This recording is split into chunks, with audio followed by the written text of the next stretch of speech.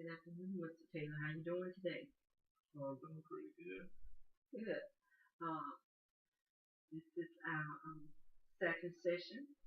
Initially, our first therapy session. First session we had was just an assessment and evaluation on what brought you in today. So today we're gonna do things quite differently. Okay. All right. The first thing we're gonna do, we're going to set an agenda, and that's basically to make sure that we discuss all the important matters that you have that you want to discuss and some of the things that I would like to discuss too, okay? All right. Is it okay? Yeah. So the first thing we would do is talk about how you were feeling, for the week, how did things go for you for the week since the last time we met. We'll also talk about whether you have any new issues or concerns since the last time we met. And then thirdly, we will discuss setting goals or talking about your diagnosis, okay? Is that all right? Yeah. And then later on in the session, we'll discuss any homework or any activities that we would like to do to go along with the next session and talk about what we need to do for the next session. And finally, we'll talk about some feedback that I will present to you, and hopefully that you will offer some feedback on how you think the session went and what else we need to discuss. Is that okay? Yeah, let's get out and get on with it. You have anything else you would like to add to the agenda for today? That's enough. Okay. Right there. Okay, good. So, how did you do last week? How did you feel? Well, I feel pretty good, and I feel pretty good about everything. We just gotta keep moving forward, and the medicine make me a little sleep. I don't mean I just a little sleep. Okay. I understand. So you're taking medications? Yeah. Taking silent medicine. Okay. Fresh pill. Taking vitamin. Taking whatever other medicine doctor gave me, whatever. I'm feeling pretty good. Okay. So have any other new issues came up? Like what? Any other problems you faced during the week since the last time we met? One of the issues you had was you were drinking a lot. Oh, well, ain't nothing wrong with drinking a little something, but I know so it get to be a problem. I think it's a problem, but nothing I can't nip in the bud. Okay, from last session, from your assessment, you stated that you had lost your job because of your drinking, and there were some issues at home with the family, and your wife and your 3 kids left home, and you felt like that it was time for you to make some changes. Is that correct? Well, yeah, you're right. I just figure I try to nip that thing, try to push back a little bit from it a little bit. Just we gotta get a handle on that thing, and we're working toward. You start off and you got a job, you got something to do every day. People look forward to you being there and you getting that work done, and when you get off work, you got family to come home to. They kind of worry you a little bit. They still your family. Plus now, if you don't get up in the morning and you ain't got nowhere to go, no real sense of responsibility. Ain't nobody at home cook for you, be there for you, anything like that. It takes a toll on the life. I figure we nip that in the bud. That's what I'm aiming to do.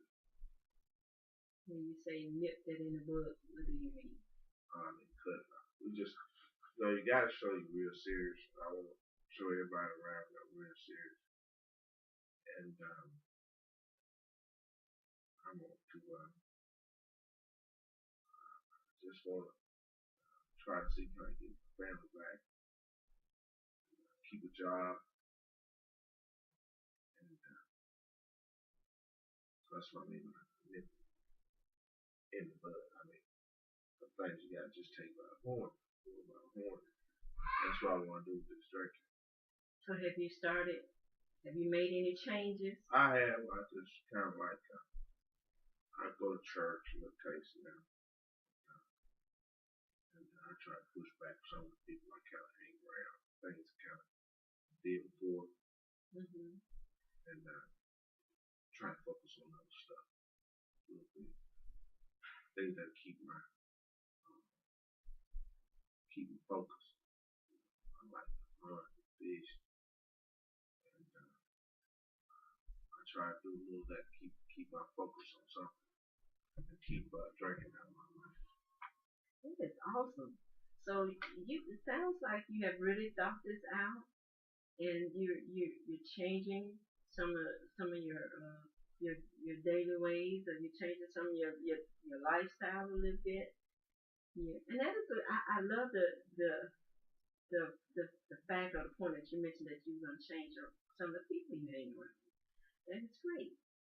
That is great. You change your daily activities. I'm glad I see you have filled out a daily activity form. There was one of the things that you had listed on your form. I'm excited about that for you. So I just take one day at a time. And sometimes it can be 1 hour. When I first started, it was 1 minute. mm-hmm. But I'm up to 1 day at a time. And I plan hopefully to get to be 1 week. And then maybe 1 month. We're struggling real hard 1 day at a time. But like I say, if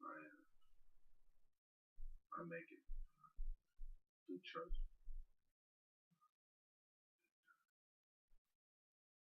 something I don't do no more, and I try to find the fish. Mm-hmm. Get up and try to just get out in the woods, in nature. Kind of refocus my thinking a little bit. And I don't get rushed by traffic. Not like I used to. Okay. Like I say, I just really want my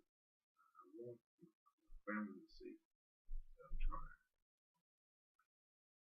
You're trying to change. Well, yeah, we need to. Some things you can't really phrase it what I'm trying to tell you, except that I had something to do years ago, months ago. I had a job. So how do you see yourself in the future? Well, like I said, hopefully taking months and years to whereas I don't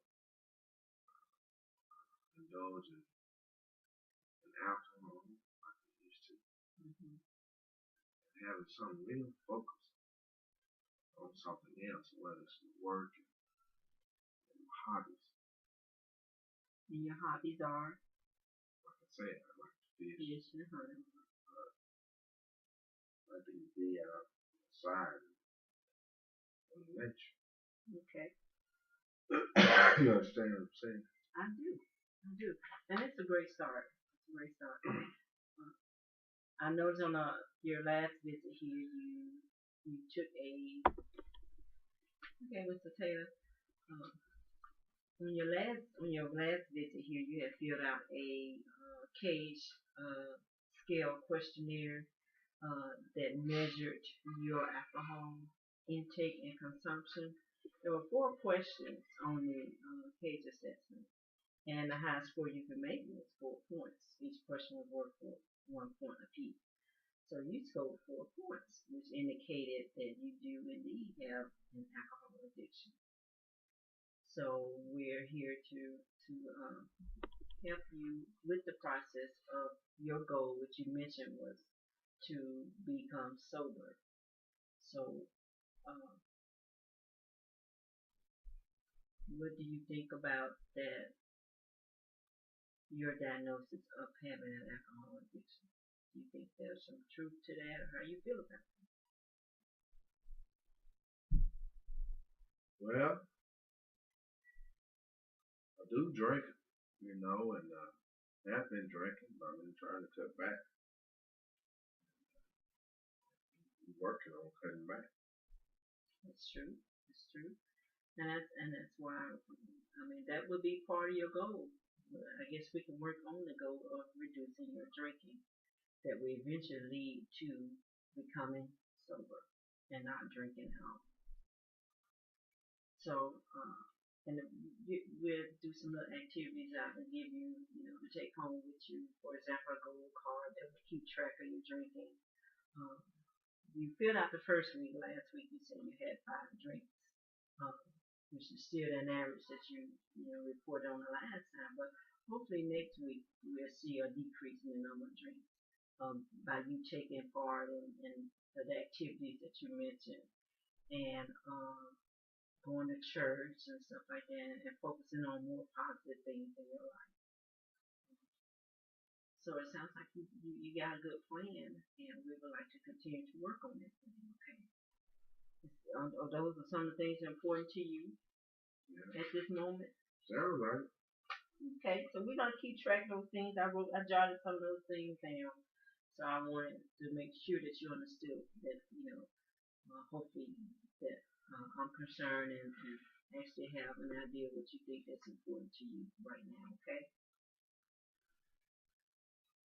So, we talked about our homework and, you keeping track of your daily alcohol consumption. We also talked about your diagnosis, and how the cognitive behavior theory will work for you. But we're gonna focus. Wait a minute. Say it again. Cognitive behavior theory. That's the treatment plan we have for you. It's just me and you working together to focus more on positive things, positive changes in your life, identifying the behaviors, uh, you know, that you tend to exhibit, or your mood or your emotions that you feel when you have that urge to drink or that desire to drink. How do you feel before you want to take a drink and stuff like that? We'll try to focus on that and try to change that behavior or that emotion or that feeling that you have that makes you want to drink. Well, like I told you, I go out hunting now, and I've been fishing, and that's what I've been trying to do. What type of fish you like to you be fishing for? Well, it depends. When I got time on my hand, I can get in my truck and ride. We ride all the way down to the coast sometimes. We fish for red snapper, groupers. You got some.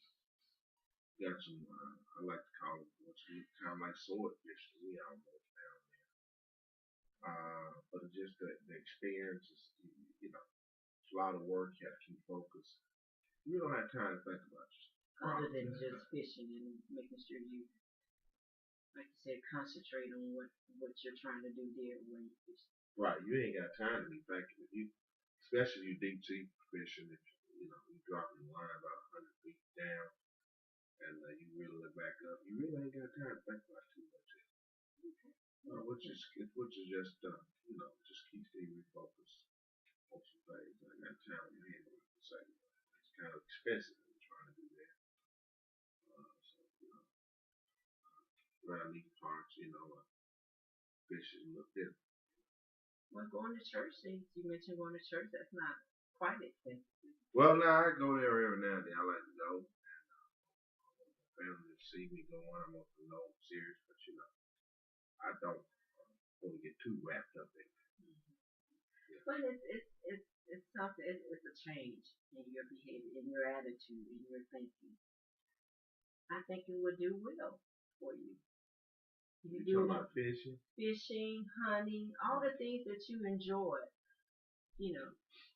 that make you happy, that make you feel good. Those are the things we want to focus on. Because those are the things that will help you get through the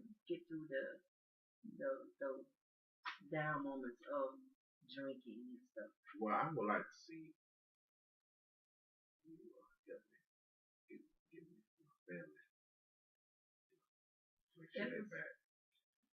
It's a process, and we would definitely work on it. If that's something you would like to shoot for, we would definitely work on it. That's right. That's right. Now you're talking about what I want to hear. Okay. Because that's what I want to work in. So let's do this for your homework for the next session. I want you to write down some ideas that you think would help you get closer to getting your family back, getting your job back. Okay, is that okay? Is that a good idea? Well, what exactly do you mean by something? Anything that you think that would help you get your family back. Things that you can do to get closer to reuniting with your family. Well, I guarantee you one thing. It's a job. You got to have some income coming in. Okay, well, write that down on your list. Make sure you jot that on your list. Well, that's about the biggest thing. Okay, so that'll be number one for you. That sounds like a plan? Yeah. Okay. So do you have anything else you'd like to add while we wrap up this session? No. Okay. No, I always ask you how much I owe you. Okay. We can discuss that later. But right now, let's just focus on what we're going to get you to the point of feeling better and happier. Okay. All right then. Well, that's it. That's about that for me. Okay. Don't forget your homework assignment and your activities. Make sure you fill out your goal card for me, okay? Yes, ma'am. All right, and that will greatly benefit you. Thank you again, Mr. Taylor, for coming in today, and I'll see you next week, okay? Yes, ma'am. All right. Thank you.